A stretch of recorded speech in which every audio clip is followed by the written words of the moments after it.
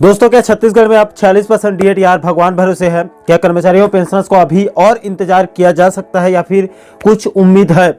इसी महत्वपूर्ण और गंभीर मुद्दे के बारे में हम इस वीडियो के अंदर बात करेंगे। नमस्कार दोस्तों, मैं हूं आपका दोस्त लोकेश साहू और आप देख रहे हैं लोकेश छत्तीसगढ़ का यूट्यूब चैनल। आप सभी साथियों का हमारे इस चैनल पर बहुत बहुत स्वागत है। दोस्तों, जैसे कि आप सभी साथियों को पता होगा कि केंद्र सरकार ने पहले ही केंद्रीय कर्मचारियों और पेंशनर्स को 1 जुलाई 2023 से एरिया सहित 46% डीएटीआर देने का ऐलान भी कर दिया और आदेश भी जारी कर दिया है। उसी के साथ साथ दिवाली से पहले पहले अब कई अन्य राज्य सरकारों ने भी अपने अपने राज्यों के कर्मचारियों और पेंशनर्स को केंद्र के समान 46% डीएटीआर का दिवाली गिफ्ट दे दिया है। और अभी भी कई राज्यों से एक के बाद एक अपडेट आ रहे हैं, जिसको आप लोगों को लगातार वीडियो के माध्यम से बता भी रहे हैं। आप पुराने वीडियो को देखकर अच्छे से सब चीज़ों को समझ सकते हैं। अब दोस्तों, ऐसे में सवाल यह है कि छत्तीसगढ़ के कर्मचारियों और पेंशनर्स को दिवाली से पहले पहले 46% डीएटीआर मिल सकता है या फिर नहीं।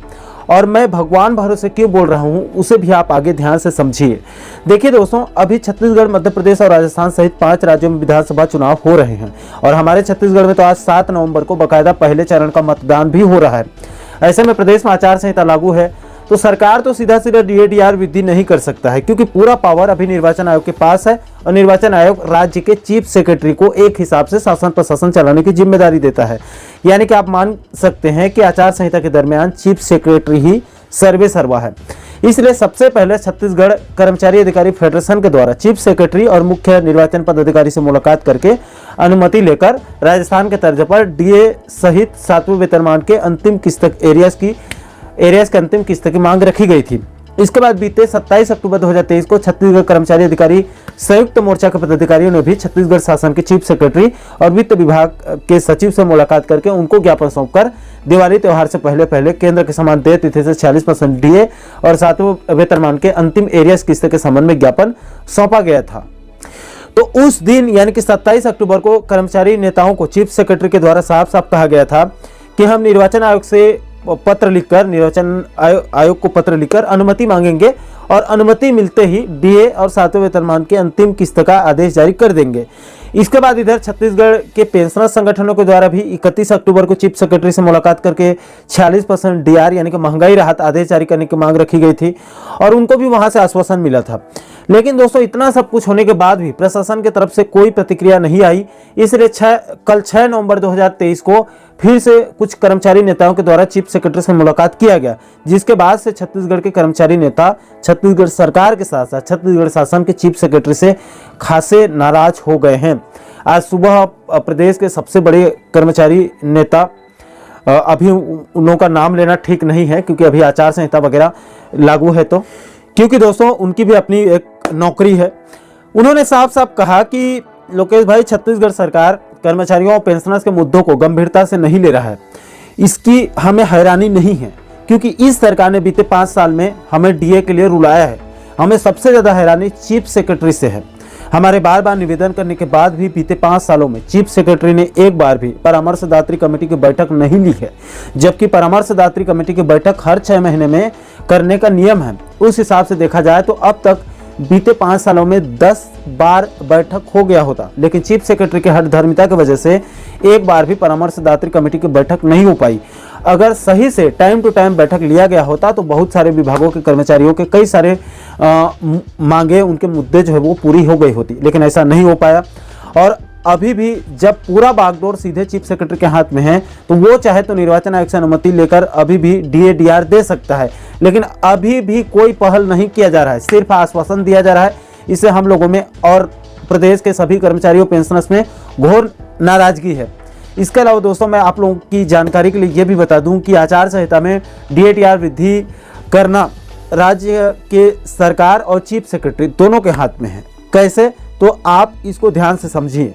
देखिए दोस्तों, आचार संहिता में ये बात तो बिल्कुल सही है कि पूरा पावर निर्वाचन आयोग के पास होता है, लेकिन दोस्तों अभी भी सरकार कायम है। ना तो मुख्यमंत्री ने इस्तीफा दिया है और ना ही अभी मंत्रिमंडल को भंग किया गया है।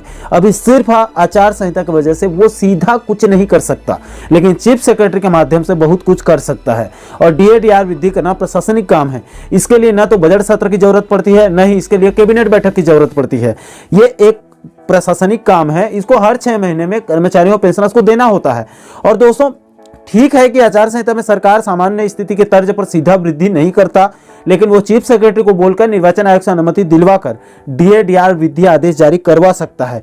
क्योंकि दोस्तों आप खुद सोचिए कि भले चीफ सेक्रेटरी के हाथ में 2 महीने के लिए पूरा पावर आ तो जाता है, लेकिन वो आखिर है तो वो भी नौकर ही, और उसको भी अच्छे से पता है कि अगर उसने अभी सीएम के बात को नहीं माना और अगर वो सीएम फिर से सत्ता में आ गया तो आप यकीन मानिए कि जिस प्रकार सरकार पहले कैबिनेट में किसानों का कर्जा माफ करती है, बिल्कुल उसी तर्ज पर वो सीएम पहले कैबिनेट में चीफ सेक्रेटरी का निपटारा करेगा।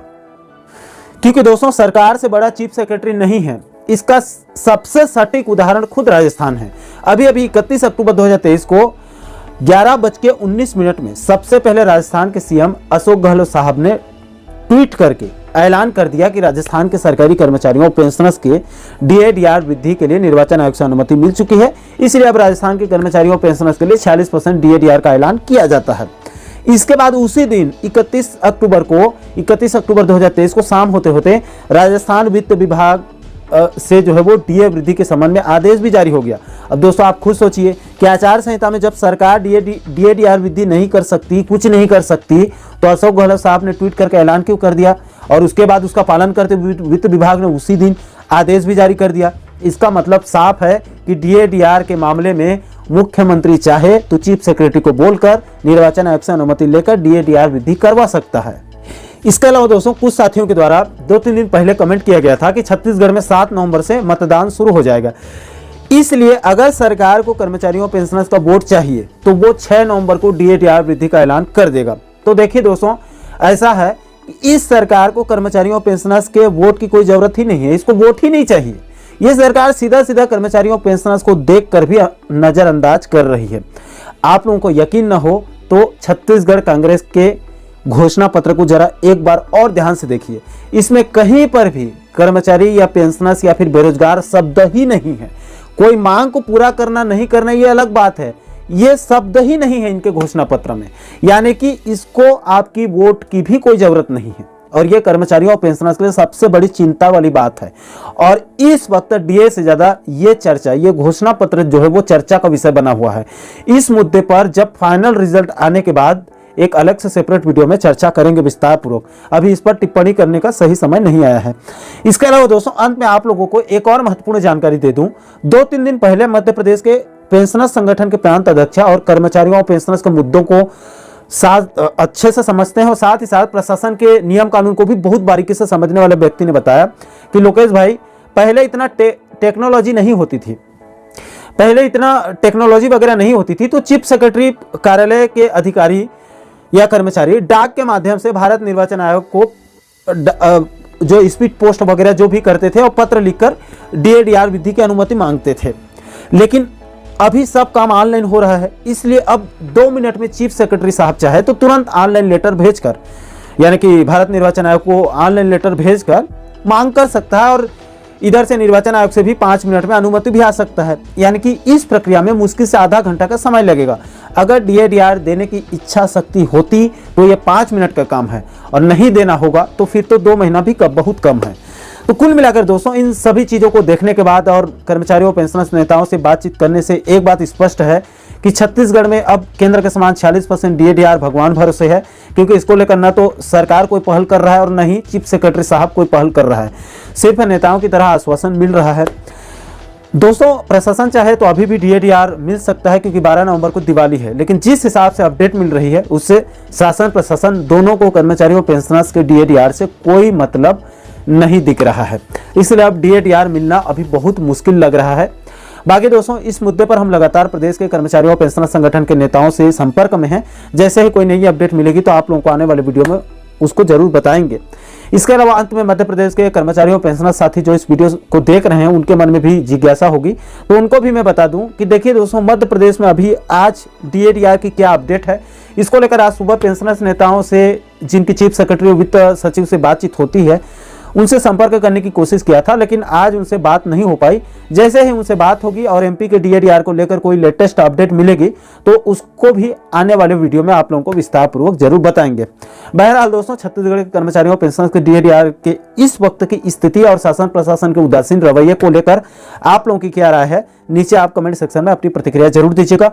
और साथियों, आप आगे भी प्रदेश के कर्मचारियों पेंशनर्स के इसी प्रकार के महत्वपूर्ण मुद्दों पर वीडियो देखना चाहते हैं तो हमारे चैनल को आप सब्सक्राइब जरूर कर लीजिएगा, ताकि आने वाले सभी नए वीडियो का नोटिफिकेशन आप लोगों तक तुरंत पहुंच सके।